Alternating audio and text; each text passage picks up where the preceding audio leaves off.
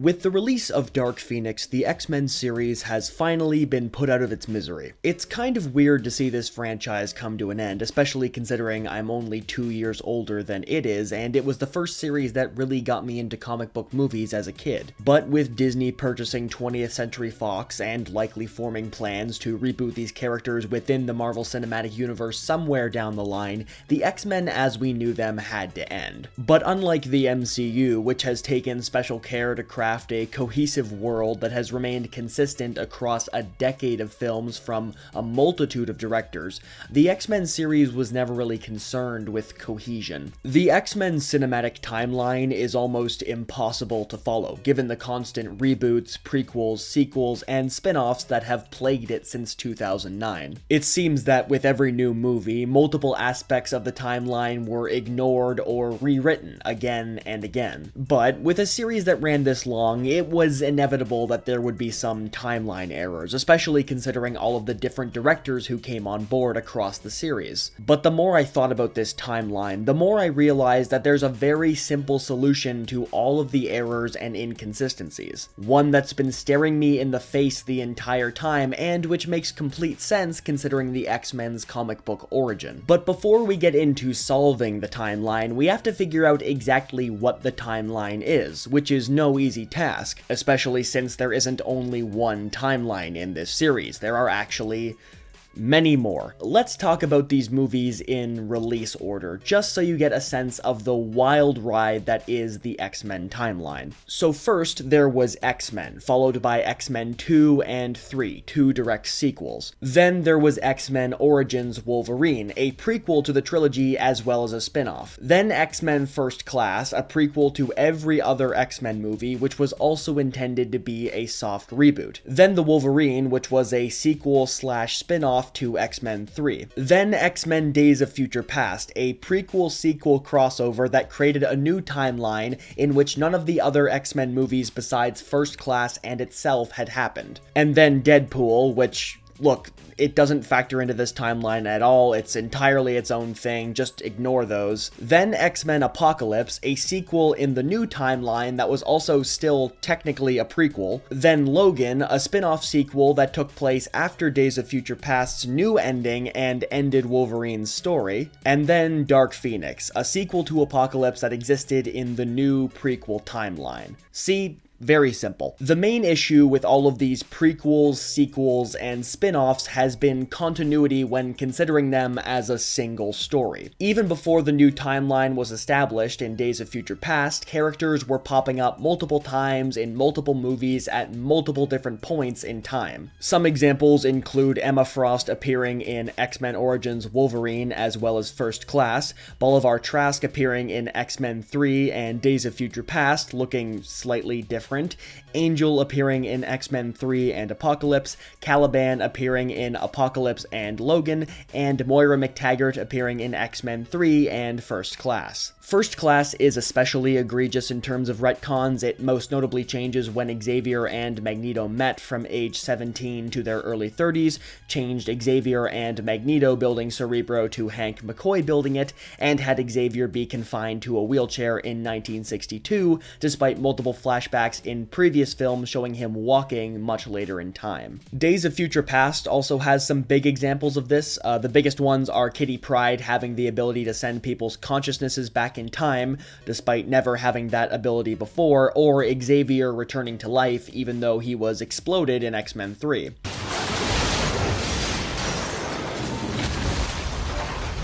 And yes, I know there was a post-credit scene that showed him transferring his consciousness into a random coma patient, and apparently that was not a random coma patient and was supposed to be his twin brother, who was never mentioned before and is never mentioned again, and who's also paralyzed, apparently. The series also has a bad habit of ignoring how the previous movie had ended, like when Wolverine's metal claws were cut off at the end of The Wolverine, but then he had them again in Days of Future Past, or when Jean Grey unleashed the Phoenix Force to kill Apocalypse at the end of Apocalypse, but absorbs the Phoenix Force in Dark Phoenix, which takes place a decade later. Speaking of a decade later, all of the new timeline movies take place a full decade apart, but the characters don't really age. This is what Magneto looks like in 1962. This is what Magneto looks like in 1992. This is what Magneto looks like in the early 2000s.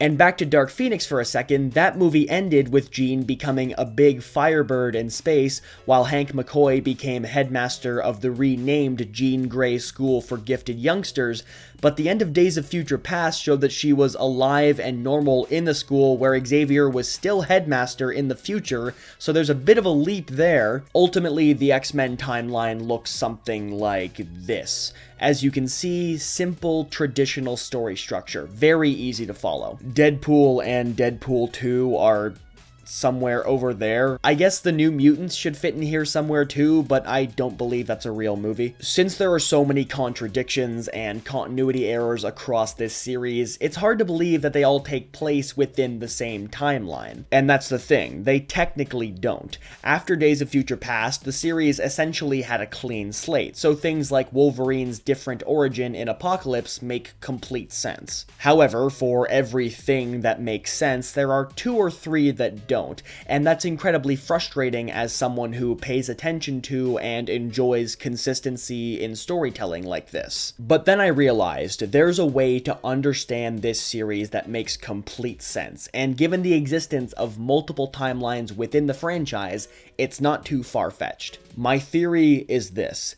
Every X-Men movie takes place in a slightly different timeline. I know it sounds crazy, but hear me out. It's the only way that all of these continuity irregularities add up. The original trilogy may seem like it all lines up, but there's one very small hint that gives it away. If you can buy into the existence of infinite universes, fictional or real, it stands to reason that some of those universes will only be slightly different from each other. For example, Kitty Pryde looks completely different in each movie in the trilogy, and she's very important, so remember her. It wasn't just that they hired different actors, that's ridiculous. It was all part of the plan. The biggest continuity screw-up in X-Men Origins Wolverine is the presence of Sabretooth, who's revealed to be Wolverine's brother, but 20 years later, he looks completely different, has a different power set, and never acknowledges Wolverine. That's because X-Men Origins takes place in a slightly different timeline from X-Men 1. The same can be said for First Class. All of the botched continuity makes complete sense when you consider it takes place in a timeline where the future would be almost the same, but not quite. Continuity errors like Wolverine's metal claws and Jean absorbing the Phoenix Force also make sense, because a new timeline would mean new events led to those specific movies. But when we reach Days of Future Past, it does present a significant obstacle to this theory, because Wolverine's mind is sent directly back in time, a time which follows the events of First Class. However, because of the multiple timeline irregularities between First Class and the original trilogy, as well as between the trilogy and Days of Future Past, and X-Men Origins and the Wolverine to all of those movies, it can't be the same timeline. It makes no sense. But which character is the one who's shown to be creating multiple timelines in Days of Future Past?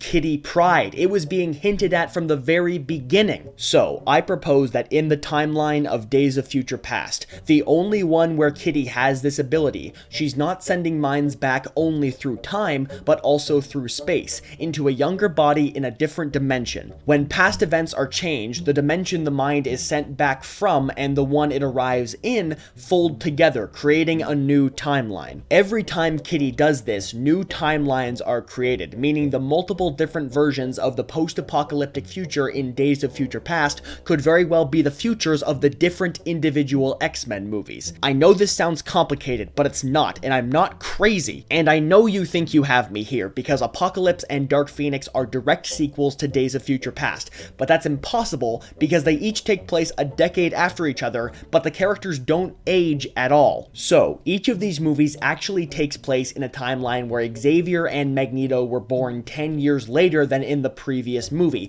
meaning they're all leading to slightly different futures. The events of each film still happened, but they happened at different points in time and in slightly different ways in each subsequent film's timeline. See, it's simple to understand. All you have to do is imagine an entirely new backstory dating back decades every time you watch an X-Men movie. Doesn't that sound fun? However, if doing that every time sounds slightly tedious, look at how Logan approaches telling a sequel story within this broken continuity. Logan doesn't require specific knowledge of the X-Men timeline to make sense or have emotional weight, just a general awareness of past events in the series and the emotional context of that series' longevity. And if you consider that, then in the same way that the continuity errors of the past X-Men films were essentially erased by Days of Future Past, every continuity error, even the ones directly between films, can be forgiven, because new timeline, new rules. See, it all makes sense. It's not because of recasting or different screenwriters and directors. Every little continuity error was done intentionally to bring the multiverse to life on the big screen. And if you think this theory is too far-fetched, and there's no way it could be true, let me ask you this. Where does Deadpool fit in? Deadpool is without a doubt in his own timeline because he understands and acknowledges the idea of different timelines. He's the only one who sees the truth. Let us go talk to the professor. McAvoy or Stewart? These timelines are so confusing. Because despite the fact that he exists in the modern day, the modern X-Men cast are present in one scene of Deadpool 2, but they're still the same age as in 1983 and also 1993. So there is definitively more than one timeline. This can't exist in only one. Nothing lines up. It's all separate. I can't believe it. I've been trying to make sense of this series for almost a decade, and I finally found a logical conclusion that makes sense. But really, since Disney bought Fox, it's pointless to follow the continuity of this series because the series is over. Huh.